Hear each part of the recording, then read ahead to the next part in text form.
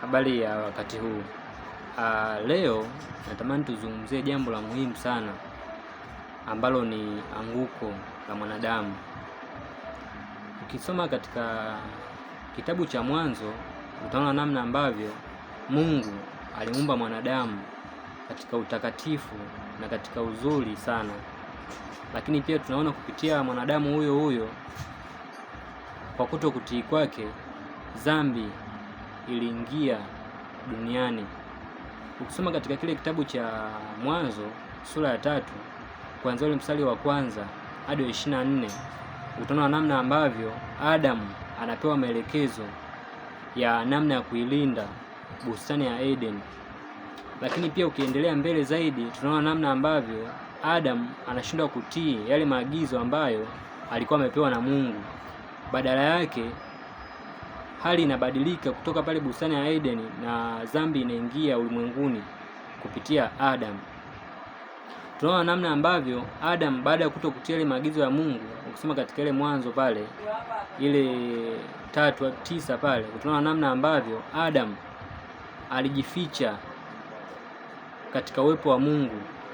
Na ndio maana tunaona pale Mungu baada ya kuja katika ile bustani alizoea kumuona Adam katika ule uwepo, lakini siku ile alipokuja tunaona namna ambavyo Adam hakuwepo katika yale mazingira ambayo Mungu alikuwa amemzoesha.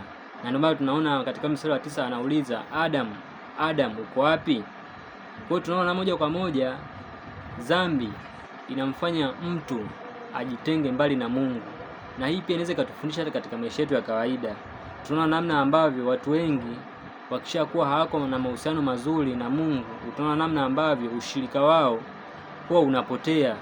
Kama alikuwa ni mtu wa maombi, utaona maombi yanapungua. Kama alikuwa ni mtu wa kwaya na kadhalika, utaona namna ambavyo ule ushirika unapungua.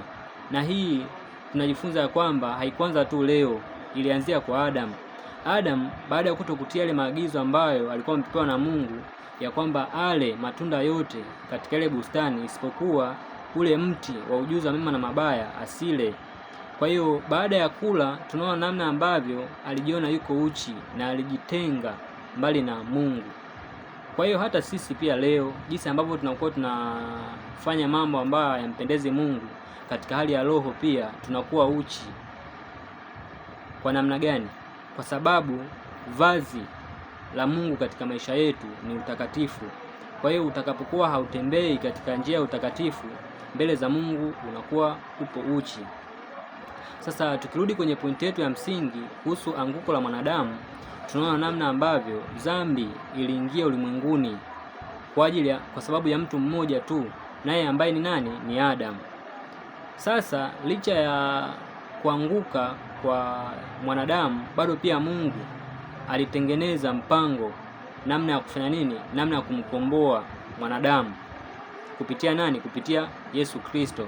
Sasa ukisoma katika kile kitabu cha Warumi ile sura ya 5 mstari wa 12, tunaona namna ambavyo kutokana na kutokutii kwa Adam katika ile bustani ya Eden, ilikuwa sasa kila mtu ambaye anakuwa anazaliwa alikuwa anazaliwa na asili ya dhambi. Yaani haijalishi umefanya dhambi au hujafanya, ila kwa asili tu ulikuwa unahesabika ni mwenye dhambi. Na ndio maana leo hata wale ambao bado hawajaokoka, sio kwamba wanakuwa na dhambi labda kwa sababu wamefanya dhambi, labda kwa sababu labda wamefanya uzinzi au wamefanya uchawi au wameiba. Hapana, wanakuwa wenye dhambi kwa sababu hiyo ni asili tangia mwanzo. Tangia Adam alipokuwa amekula tunda, mwanadamu yoyote alikuwa anazaliwa akiwa na asili ya dhambi. Sasa baada ya dhambi kuingia kupitia Adam na kila mmoja kuwa na hatia ya dhambi, ndipo Mungu sasa alitengeneza utaratibu namna ya kumwokoa mwanadamu, namna ya kurejesha yale mahusiano ambayo yalikuwa yamekufa katika bustani ya Eden. Ndipo sasa tunaona katika ile Yohana 3:16 Mungu anatengeneza mpango wa kushuka yeye kama mwanadamu ili kuwapatanisha tena wanadamu na Mungu, ili kurejesha yale mahusiano ambayo yalikuwa yamevunjika pale bustani ya Eden kupitia nani? Kupitia Adam. Na ndio maana sasa katika Agano la Kale ukisoma utaona namna ambavyo dhambi ilikuwa inafunikwa tu. Watu walikuwa wanatoa sadaka kwa ajili ya utakaso wa dhambi zao, lakini walikuwa wanazifunika tu kwa muda. Haikuwezekana damu za wanyama kuondoa ile asili ya dhambi ambayo ilikuwa imeingia kupitia nani? Kupitia Adam. Ndipo sasa Mungu akatengeneza mpango wa kumkomboa mwanadamu, lakini katika huo mpango ilitakiwa damu isiyokuwa na asili ya dhambi ile ya Adam ambayo alikuwa ameitenda pale bustani ya Eden. Na ndio maana sasa tunaona Mungu aliamua kushuka yeye mwenyewe kama mwanadamu, kwa sababu tunajua kwamba Yesu Kristo alikuwa amezaliwa kama mwanadamu, lakini damu yake haikutokana na hali ya kibiolojia, yani hakuwa na mbegu ya kiume, bali ilitokana na uwezo wa Roho Mtakatifu. Kwa hiyo sasa kupitia ile damu isiyokuwa na hatia ya Yesu Kristo, baada ya kuja hapa duniani sasa ndipo lifanyika nini? Ndipo lifanyika ukombozi. Sasa basi katika ulimwengu wa sasa hivi tunaona namna ambayo ile asili ya dhambi inaondolewa ndani ya mtu kwa kumwamini Yesu Kristo. Kwa hiyo yule ambaye hajamwamini Yesu Kristo anakuwa bado ana ile asili ya dhambi, lakini akishamwamini Yesu Kristo sasa ndipo yeye anasafisha na kuondoa ile asili ya dhambi ambayo iliingia duniani kupitia nani bwana? Kupitia Adam. Kwa hiyo kuna namna ambayo sisi kama watu wa Mungu tunapaswa kwenda kuwafanya mataifa kuwa wanafunzi wa Yesu, kama vile ambavyo yeye alikuwa ametuagiza katika ile Mathayo 28:19. Watu wamwamini Kristo ili sasa yeye aondoe ile asili ya dhambi ambayo ilikuwa imeingia duniani kupitia nani? Kupitia Adam. Kwa hiyo ninarudia kusema ya kwamba wa mataifa sio wenye dhambi kwa sababu wamefanya dhambi, bali ni wenye dhambi kwa sababu hiyo ni asili ambayo ilikuwa imeingia duniani kupitia nani bwana? Kupitia Adam.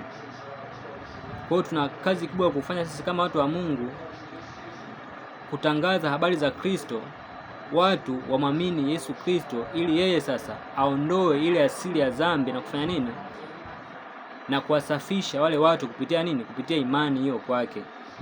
Na ndio maana ukisoma katika ile Yohana 3:16-18 utaona namna ambavyo neno la Mungu linasema, kwa maana jinsi hii Mungu aliupenda ulimwengu hata akamtoa mwanae wa pekee, ili kila mtu amwaminie asipotee, bali awe na uzima wa milele. Kwa hiyo tunaona ya kwamba uzima wa milele unapatikana kwa kumwamini Yesu Kristo. Yeyote ambaye amemwamini Yesu Kristo kuwa Bwana na Mwokozi wa maisha yake, tunaona ya kwamba ameahidiwa za ahadi ya kupokea uzima wa milele. Haleluya. Naam. Tukipata wakati mwingine tutaendelea zaidi kuendelea kujifunza na kuangalia zaidi kwenye hili somo, lakini tulitamani kujua kwanza kuhusu anguko la mwanadamu na njia ya ukombozi baada ya mwanadamu kuanguka, njia ambayo ilitumika sasa kurejesha yale mahusiano ambayo yalikuwa yamevunjika pale bustani ya Eden baada ya Adam kutokutii maagizo ambayo alikuwa amepewa na Mungu.